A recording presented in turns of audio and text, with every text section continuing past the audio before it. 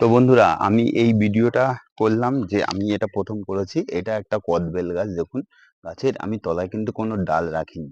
আমি এটাকে 4.5 foot height নিয়ে উপরে আমি ছাতার মতো করব, যাতে বেলটাকে দেখতে সুন্দর লাগে।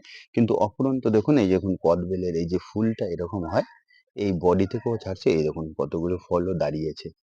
তো অনেক জায়গায় ফল দাঁড়িয়েছে, এখানেও দেখুন ফল দাঁড়িয়েছে। তো কদবেল গাছ যদি গ্রাফটেড হয়, অবশ্যই আপনারা কিন্তু ছাদে করবেন। গাছটা শুধু বেলের জন্য না, দেখতেও খুব সুন্দর। আর এই গাছটা আমি একটা জিনিস দেখেছি, এই গাছটা শুঁয়োপোকা ছাড়া মানে পাতা খেয়ে নেয়। আমি দেখাচ্ছি, দুই একটা পাতা দেখাচ্ছি এখানে গাছে এইরকম শুঁয়োপোকা পাতাগুলোকে খায়। এছাড়া এর কিন্তু রোগ ব্যাধি খুব একটা নেই।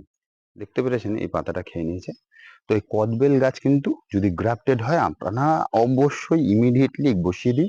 খুবই সুন্দর হয়। আগের বছরে ফুল এসেছিল, যেহেতু আমি 1 বছর হওয়ার পরে রাখি, বসানোর 3-4 মাস বাদেই ফল চলে এসেছিল, তখন আমি রেখে করেছি, মানে নিইনি। আর এই ডালগুলো পুনিং করে রেখেছি। এবার রুটটা হচ্ছে প্রচুর। আমি সবসময় বলি, নার্সারি থেকে আনার পরে যে কোনো ফল গাছ কিন্তু 8 ইঞ্চি গ্লাস টবে লাগানো। দেখুন, এই 1 বছর হয়ে গেছে, এবছর আবার ফল এসছে। এই ফলটাও আমি নেব না। এবার আমি বড় টবে দেবো। সামনের বার আমি এটার ফল নেব। আর তারপরেও যদি জর্জবস্তি থাকে, 2-1টা থাকবে। তো ফল চলে এসছে ব্রাঞ্চে ব্রাঞ্চে, ভালো হচ্ছে কিন্তু।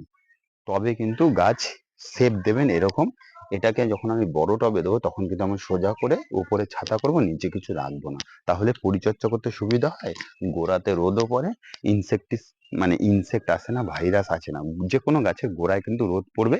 এইভাবে কিন্তু শেপটা দেবেন, আর দেখতে যাতে ভালো লাগে। আপনারা বুঝতে পারছেন, সমস্ত গাছে কিন্তু এরকম শেপ ধীরে ধীরে দিচ্ছি।